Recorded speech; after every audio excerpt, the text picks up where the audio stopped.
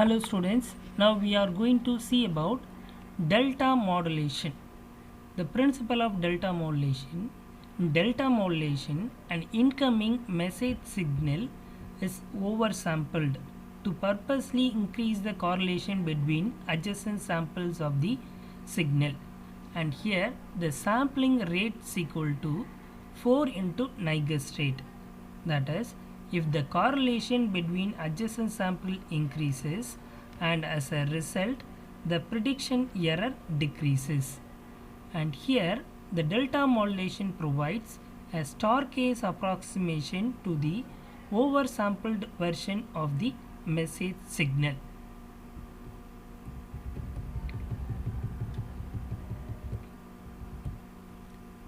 And this is the DPCM transmitter, and this is the message signal m of k, that is the sampled signal. It is denoted as m of k.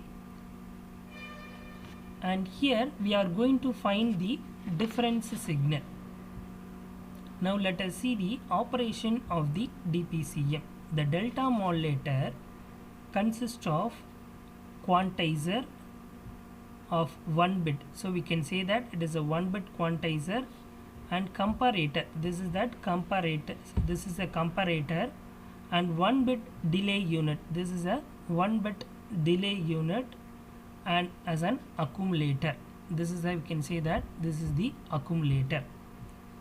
Quantizer, we can say that here it is a 1 bit quantizer.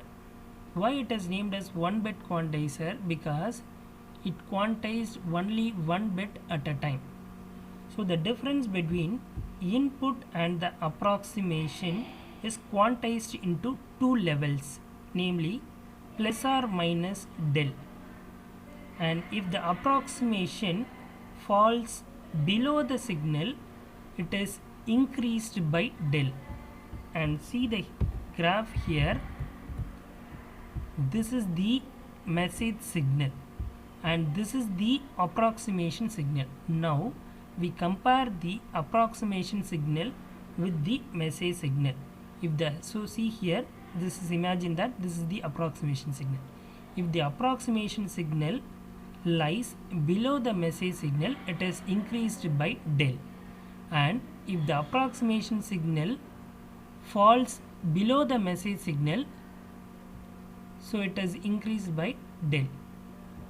So this is the concept of the delta modulation. If the approximation signal falls below the message signal, it is increased by del.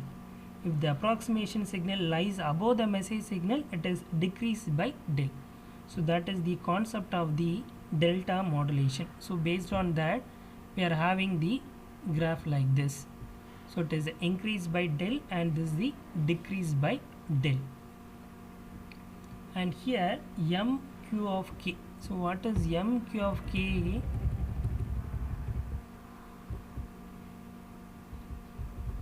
So this is the quantized signal. Usually m of k is the message signal, mq of k is the quantized value of the message signal. D of k is the difference between the sample values. And here mq of k, that is equal to mq of k minus 1 plus dq of k. This is from the transmitter block diagram. So mq of k, that is equal to mq of k minus 1 plus dq of k. So now we can write the past sample value mq of k minus 1, that is equal to mq of k minus 2 plus dq of k minus 1. We can substitute the value of mq of k minus 1 in this equation. So mq of k, that is equal to mq of k minus 2 plus dq of k minus 1 plus dq of k. Now proceeding iteratively and assuming 0 initial condition, this value will be 0, so that mq of k, that is equal to only dq of k minus n. The summation value will be 0 to k. And this shows the delta modulation carries only the difference signal, which can be modeled as a differentiation, so that in the receiver part the integration recovers the original signal. As a result, the feedback loop in the transmitter is realized by a RC network. So why we use the comparator in the transmitter circuit?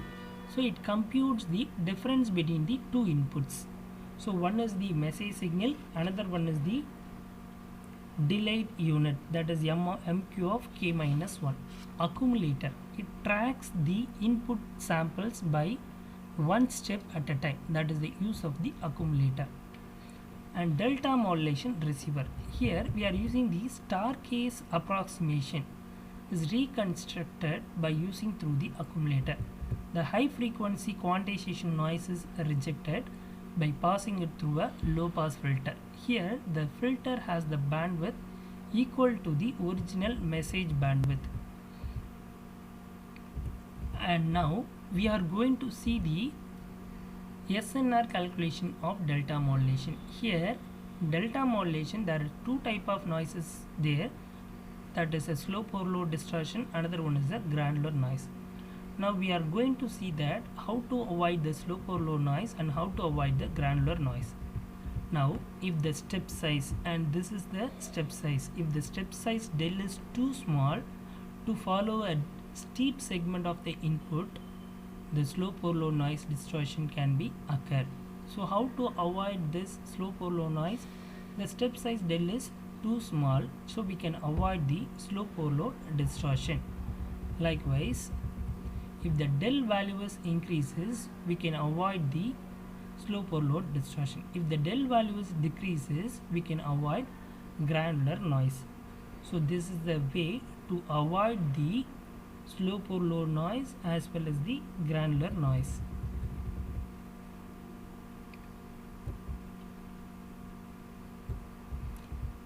So advantages of delta modulation, here simple transmitter and receiver circuits are needed and bitrate less than 40 kbps is preferred.